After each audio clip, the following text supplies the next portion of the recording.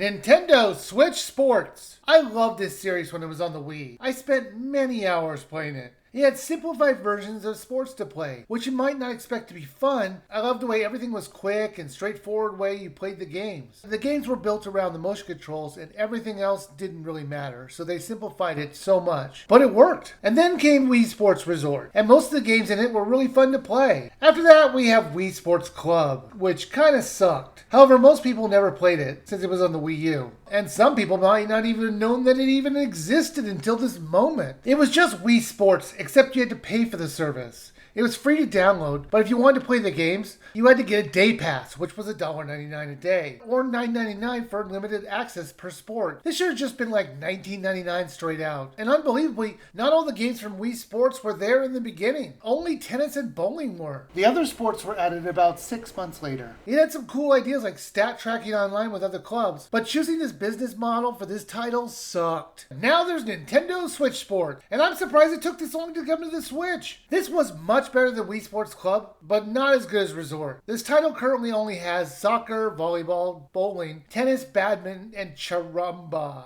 Golf is coming eventually, which I'm interested in where in this complex they're going to even put it. Maybe they're going to tear down this strange building in the middle, which isn't used at all, as far as I can see. I remember seeing this in the direct and screaming at the TV, "Where is baseball?" That's the best game the Wii Sports had to offer. I know most people like bowling or tennis. I really enjoyed baseball. It was so much fun, and it's just extremely frustrating that it's not in here. One of the more annoying things about this title is that local play is kind of pointless. You can't unlock equipment, stickers, clothes, or rank up. At least in Wii Sports, each game meant something to your rank. The offline mode is really only for practice, and there's nothing in it that matters, which is complete bullshit when Nintendo in 10 years or so shuts down the servers for it, and you can only play in offline mode. Now, the best mode of this is the online mode, which I will talk about in a minute, but there's no reason they couldn't have done an offline mode as well, with AI characters. Speaking of AI bots and online, what it looks like is the very first game that you play online is just bots only. It's so clear with the normal names and the way everyone is terrible in it. Are they trying to give us a false sense of confidence? I was wondering why everyone was so bad at survival bowling the first time I played it. Then the second time I played it, they wiped the floor with me. My only guess to why they did this was they thought some people wouldn't play the offline mode to train. And to be fair to them, why would they? It's pointless. So I guess their thought is they give people an easy first game to get better. Now, since there's only 6 games, I'm going to talk about them in the order I enjoyed them. Starting with bowling. I'm sure this doesn't surprise anyone. I'm a big fan of bowling, and I've mentioned before that I was in a bowling league when I was a kid, and I only stopped when I hurt my hand. Now, I'm not going to pretend I was some great player, but I was one of the top players in the league, that we were in, of course. This game was controlled perfectly. It read my hand movements great. It was annoying when they had me rethrow a ball just because I did a strange movement in my throw. However, you could see the ball moving down the lane. I mean, who cares if I messed up the buttons? It's already in motion down the lane. I love survival bowling, which is the online version of bowling. They have you bowling with 16 other players, and they eliminate a certain number of players with lower scores. They eliminate players every third round until you get to the 10th frame, where you and 2 other players get to see who has the highest score. I played this so much, imagine my surprise after the 10th or so game that a ranking system popped up. Where was this the whole time? You have to play a game quite a bit before you get ranked. I started at D, and you'll level up to be better ranked. So in addition to the level point system, which I'm going to talk about later, there's also a ranking system, which I wish was open on all games right away. And I have no idea why it wasn't.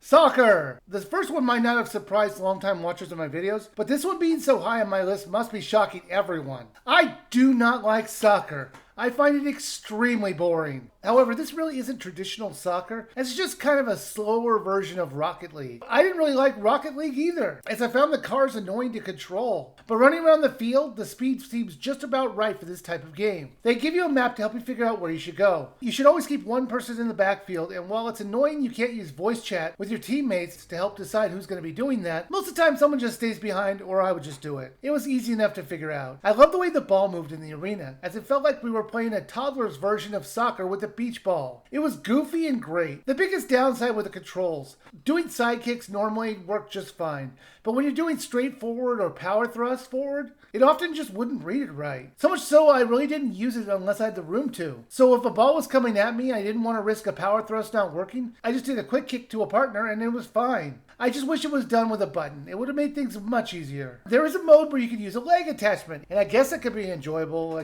one time for about about a minute. Badminton. I remember playing this in school. I remember the kids always used to love what to say with the name of this thing that we used to hit it with. I always just called it a birdie, and that's what I'm going to call it now. Look it up if you want to know the other name. This is a one-on-one game. It controlled great. It was strange that they picked this as one of the games in the collection. I have to imagine one of the programmers spent a huge amount of time on the net physics, and Nintendo had to be so impressed with it, they looked up how many sports uses nets. And they really wanted to show it off. It's the only way I can explain that half of these sports use nets. The action is very fast, and the birdie doesn't stay in the air very long. You're going to have to hit it back quickly to stay in the game. It was really fun.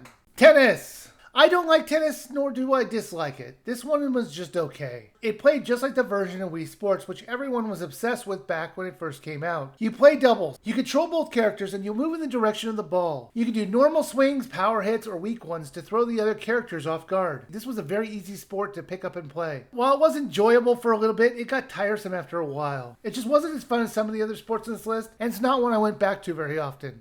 Volleyball. This was a slow-paced sport to put in an online mode. The whole thing broke down into get the ball, volley it into position, and then try and spike it into the opponent's play area. Then rinse and repeat. There is not much to this. Sure, you could block the shots, and they would give you more powerful shots if you set up the ball correctly. But the monotony of doing the same setup every time got old quickly. This is the one that really didn't work as an online game. Unlike the other games which you could quickly pick up and play, this one dragged on, and I really didn't enjoy it. Chambara. I put this one in the same category as boxing in the original Wii Sports. Why is this here? It feels out of place with the rest of the sports. I didn't like it when it was a Wii Sports Resort, and I don't like it now. Every single match I played, I dominated, since I was the only one playing correctly. Most of the kids who are going to play this are not going to read their opponent's movements and do the correct block to it. They just waggle like crazy and hope for the best. I didn't find one online game, other than the bot one when I first started it, that didn't turn into a sword tornado from the other character. I'm sure in higher ranks people are going to take this seriously, but the people who actually care about the game to get to that point are going to be in the minority. It was cool that they gave you 3 different ways of sword fighting. Normal, charged, and 2 swords. 2 swords is definitely the hardest, and while it controlled fine, it just wasn't a game I enjoyed at all. You can play the online mode with 2 players. Now, I didn't have anybody who wanted to play with me, so I couldn't test it. But a couple times when I was playing this, I actually went up against 2 players. Like when in tennis, how that works, apparently is one person's in the front and one person's in the back. Now, after you play one of the online games, you're going to get points which will add up with other games. For every 100 points, you get a random item off a prize card. These prize cards are limited time offers, which is odd. What happens if you miss out? Why not just keep them active all the time? Nintendo Switch Sports is way better than I expected, even without baseball. I am looking forward to when golf comes out and how they intend to make that quick and enjoyable online. I wish they didn't make the offline section so pointless.